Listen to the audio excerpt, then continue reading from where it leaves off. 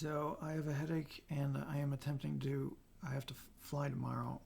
I haven't flown in a while, and I'm trying to travel with oxygen, and it's not going well. You cannot fly on a commercial airline with something like this. I guess a small device. You have to have like a personal air compressor that looks like this, and so there's no oxygen in that device. It has a battery and a device that pulls oxygen out of the air through a little vent and then pushes it through the cannula at a flow rate. And the problem is that it has to be, they have regulations that it has to be 150% of the flight duration. So my flight duration is 3 hours and 56 minutes. And my device says 7 hours and 20 minutes. So I'm fine. But they insist that I have an extra battery to go over this. The batteries are $700 a piece. And I'm explaining it to this woman to get clearance.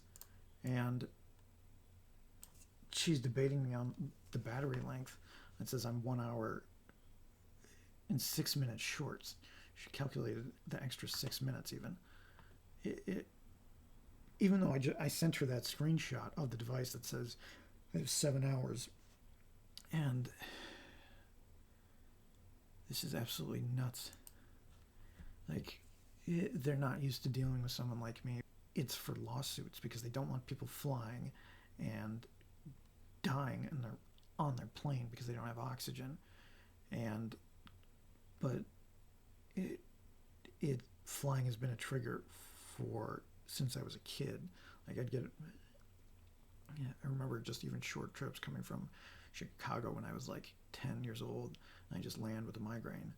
And as I've gotten older, like the descent, the altitude shift, the pressure changed. My head is just cracked open by the time we hit the runway.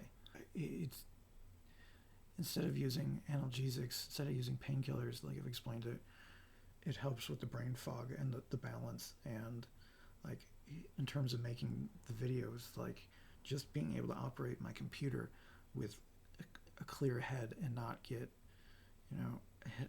lost in the brain fog of menus, it's important. But I may not be able to make this flight because I only have the one battery, and they're saying I don't have the approval, and I'm waiting on their supervisor to respond to me. I don't think they will, and I'm going to go there in the morning, but it's possible I don't get to fly at all, because once I have this request that I need oxygen, they may seem, if I don't have oxygen with me, they may say it's like, well, he's someone who requires it, and if he doesn't have it on the plane, he's not allowed on the plane. No, I thought this would be this device was not cheap. This was like, my friend got me for this for my birthday, and like its primary use was just going on planes. But I don't know. I may not fly. I may get let on the plane with this. I may not.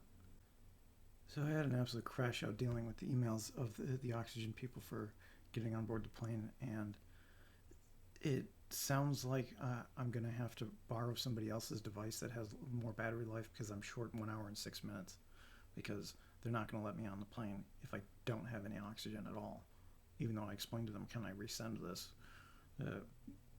request, because I'm short a little bit of battery life, even though I'm not. My thing has 7 hours of life.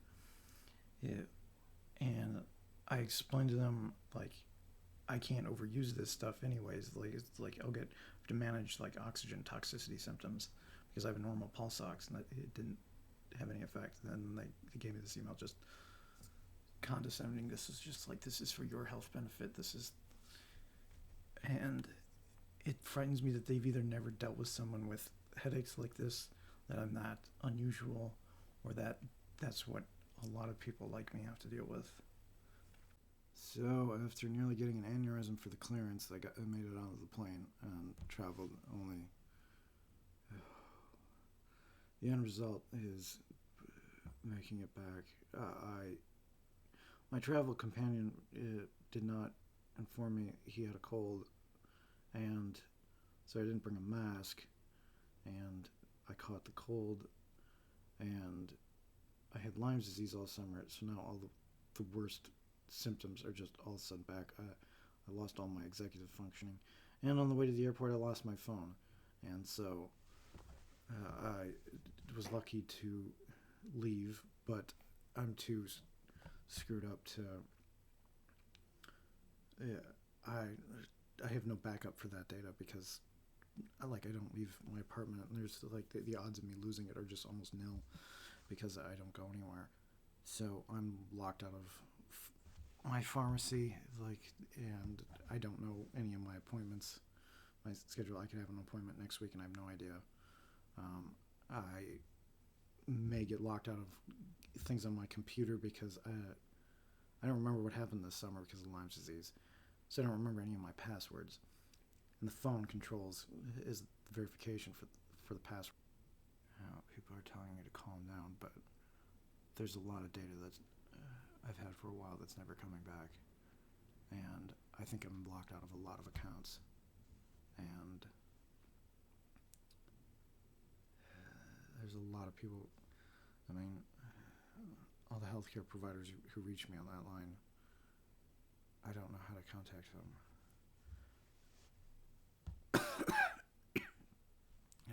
Colds are always the worst because my head just the headache starts and it doesn't go down for days. It just stays at like a 6, and this time I'm just spaced out. My head doesn't feel like a solid object again, and my family expects me to drive, and I'm just furious, and I'm like, are you expecting me to die? Like, I try to explain to them I'm not well enough to do this. You need to store my vehicle, and they're not being cooperative. So, but I made it on a trip.